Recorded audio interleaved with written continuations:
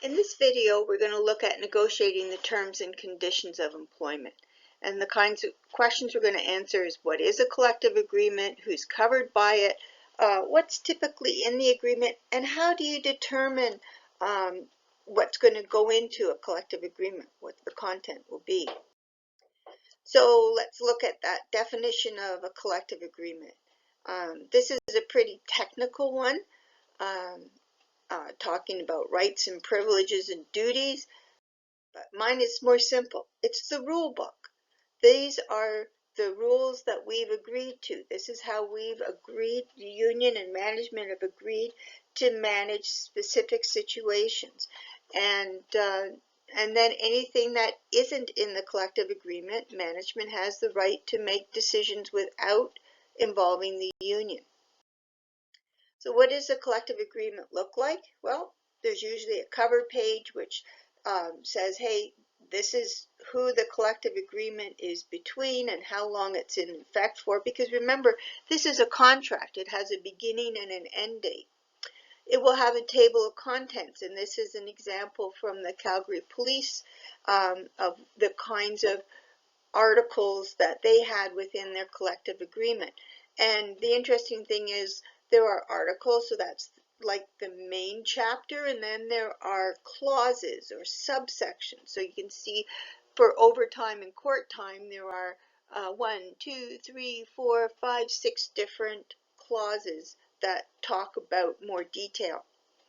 There are also appendices and schedules, so the salary, how they're going to reimburse for clothing, and then letters of understanding. So these are time-specific understandings about how they're going to deal with particular issues that have to do with that group of workers.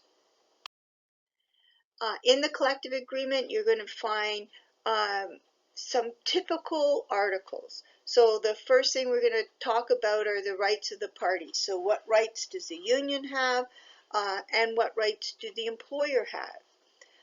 We're going to talk about how work is organized and distributed. So when there's an opening, who gets to apply for what? There's going to be articles that get to labor relation processes, things like grievances, which we'll talk about in the next video. Joint committees, so there might be like a joint health and safety committee, whether they allow contracting out, and how they're going to deal with technological change. There might be some language in there that gets to education, training, and development. So will they provide leave? Will they provide any financial assistance? And this is really important when there's apprenticeship programs involved. And then finally, and most importantly, the conditions of work. So how much will we pay you? How many hours do you have to work? What happens if we don't have enough work and there's going to be layoffs? So these are typical articles you'll find in the collective agreement.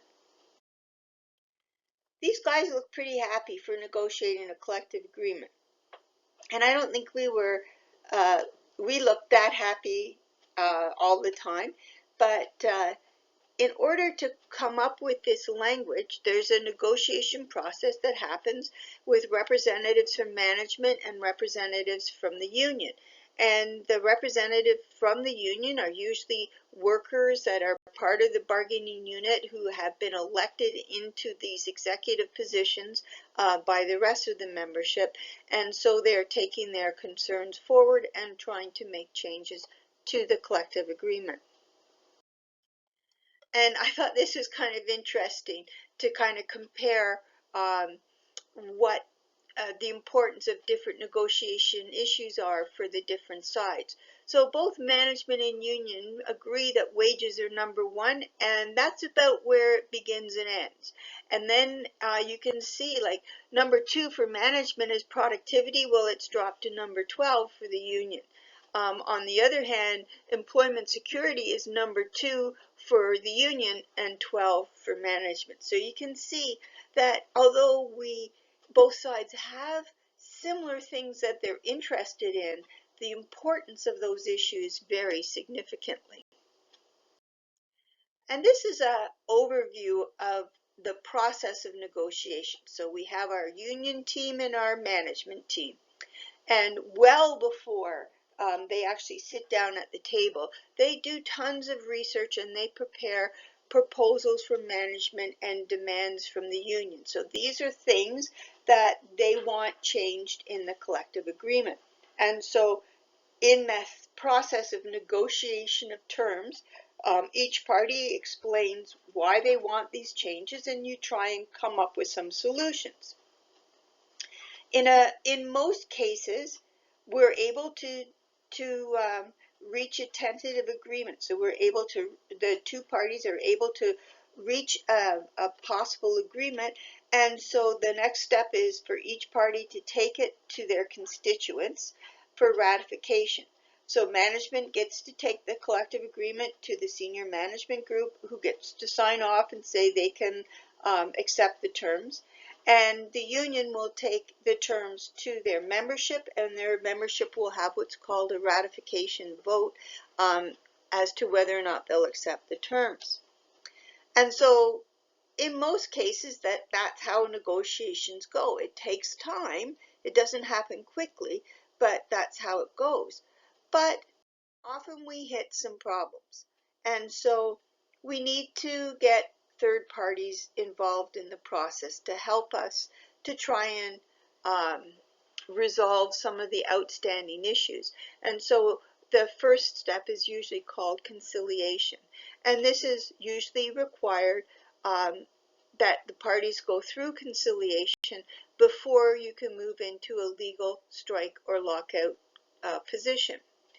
If we've gone through conciliation, we've been unable to reach a deal, then we may be moving towards a legal strike or lockout. So now we're trying to increase the pressure on the other side by either saying that we're going to refuse to do work, or that they're going to lock us out and we won't be working.